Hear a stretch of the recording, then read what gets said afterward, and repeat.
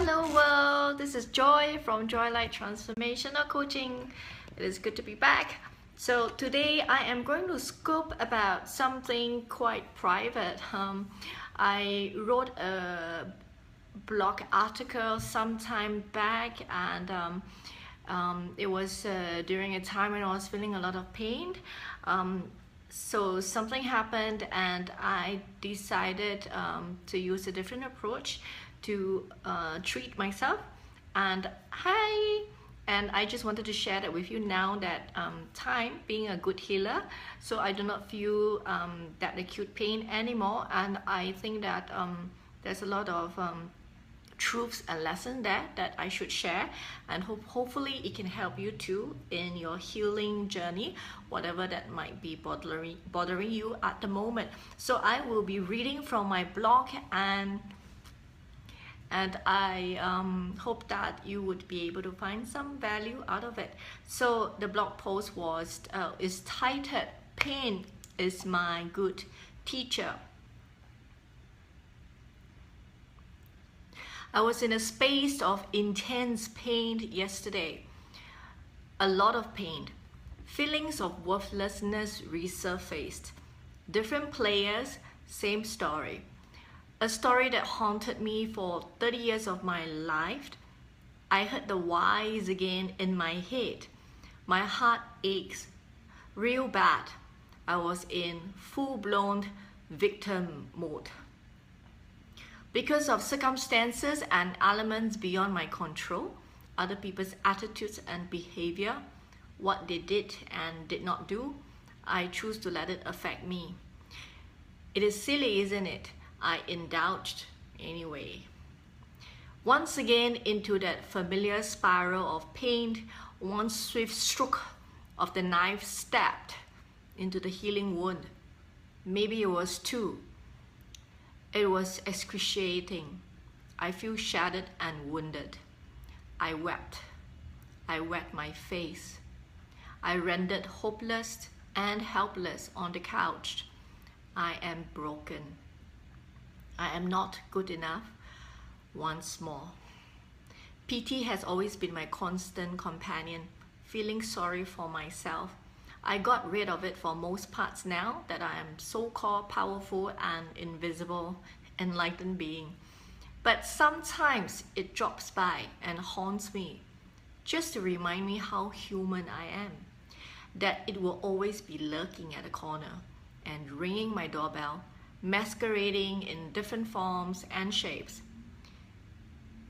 Then I remember self-compassion, a new acquaintance I met recently. Self-esteem has always been my fortress from self-pity. Then I noticed how much more powerful self-compassion is, because it does not focus on what I do, but who I am. I didn't have to earn it. I just need to give it. Giving self-compassion to myself.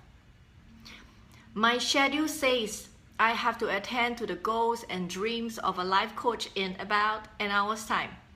I asked my new friend, Self-Compassion, what it has to say. Stay. That can wait. You need to heal. You need to sit with yourself. Love yourself, make soothing baby noises, and be willing to sit with the pain. Don't hide. My self-esteem snorted. How disgusting. Do you not have responsibilities? Are you going to stop everything just because you are hurt? Come on, Joy, you're better than that. Wow, what do? I said to my self-esteem and schedule, thank you for always being there for me. I would not have made it thus far if not because of you. Time and again, you kept me from falling. You kept me looking strong, facing the rest of the world. I hear you, and I will make my choice. Today, I choose to stay in my pain. I will not hide. I choose to be compassionate to myself. And I promised you, I will come out stronger and shine brighter because of it. You will be proud of me. My self-esteem kept quiet. This is the first time I have responded like that. My new friend, self-compassion, smiled. It felt nice. Wow, I am actually allowed to do this, stay in my pain and just be with myself quietly till the pain go away. The pain continued burning its flames, but somehow it already felt different. I can see the ferocity of it, the hunger and the anger of the red burning flashes. But somehow it felt further away from me now. I just sat with it. What do I do now? Well, my normal SOP for grief is to reach out and grab the bottle and get smashed. No, let's do something different today. Let's call someone and talk. You have already done that, Joy. You spoke to two sweet angels. The talking to others is done. Now what? Let's ask a better question. What would heal you and nourish you in this space of pain? Read uplifting materials. Very good. And I did. I felt drained mentally and emotionally. But somehow, by allowing myself to stay with my pain, sit through it, it kind of went away. The numbing ache is still lingering in my heart, but it was not as intense and heartbreaking. I know and I accept that it might visit every now and then. I even start to feel compassion towards those whose attitudes and behaviors triggered this episode. Wow, how does this work? I sit with the pain and it showed me compassion. It says, forgive them for they do not know what they're doing.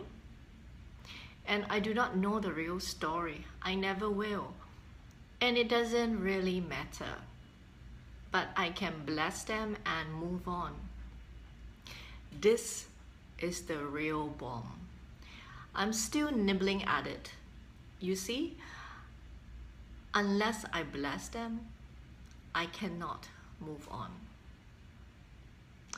So this was my blog post on a Black Thursday when I felt a lot of pain a few months ago, and this was what I did to myself. I changed the way I respond to a painful episode in my life. How do you feel about it? How do you normally react when you're in pain? How do you normally behave when something happens and triggers very strong negative emotions in you? Do you run away? Do you look for distractions? Do you justify or drink beer? So think about it, have that awareness, because awareness is the beginning of choices. What do you do? And put it in the top of mind.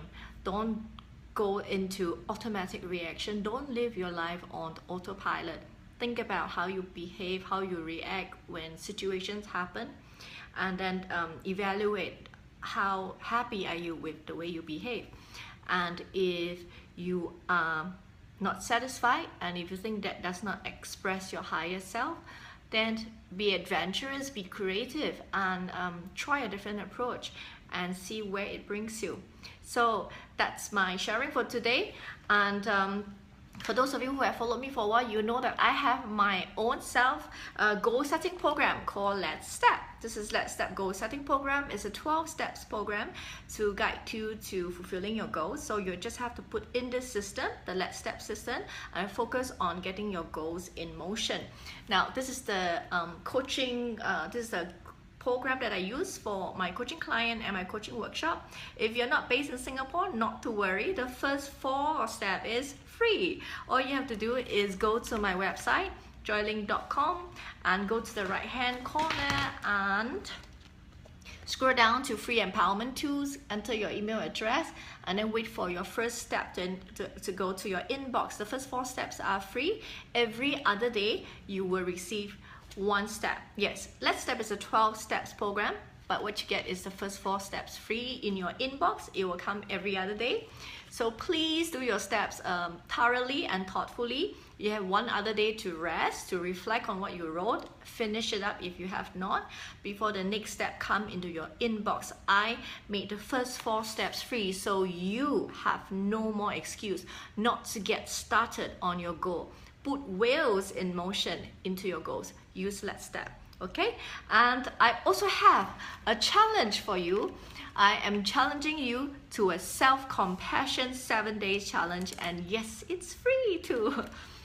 This is the self-compassion 7 days challenge. Again, you can go to my website to claim your challenge. Same thing, go to my website joylink.com, go to the right hand corner, scroll down to free empowerment tools, click on self-compassion 7 days challenge. If you want to change the world, start with you. Let's start with ourselves. So I hope you can share and like this video, share with your friends and followers. Please find me on Twitter and Instagram too, at Joylink. I have a Facebook page on Joylink called, on Facebook called Joylink, and hopefully you can like my page too. Thank you for joining me today. I would like to leave you with these words to think about. Today, I choose to stay in the pain. I will not hide. This is one of my favorite quotes from Rumi. It helped me in many, many dark moments of my life. The wound is where the light gets in. Remember to share this video with your friends and followers. I will see you again in the next video. Meanwhile, here's to our elevation. See ya!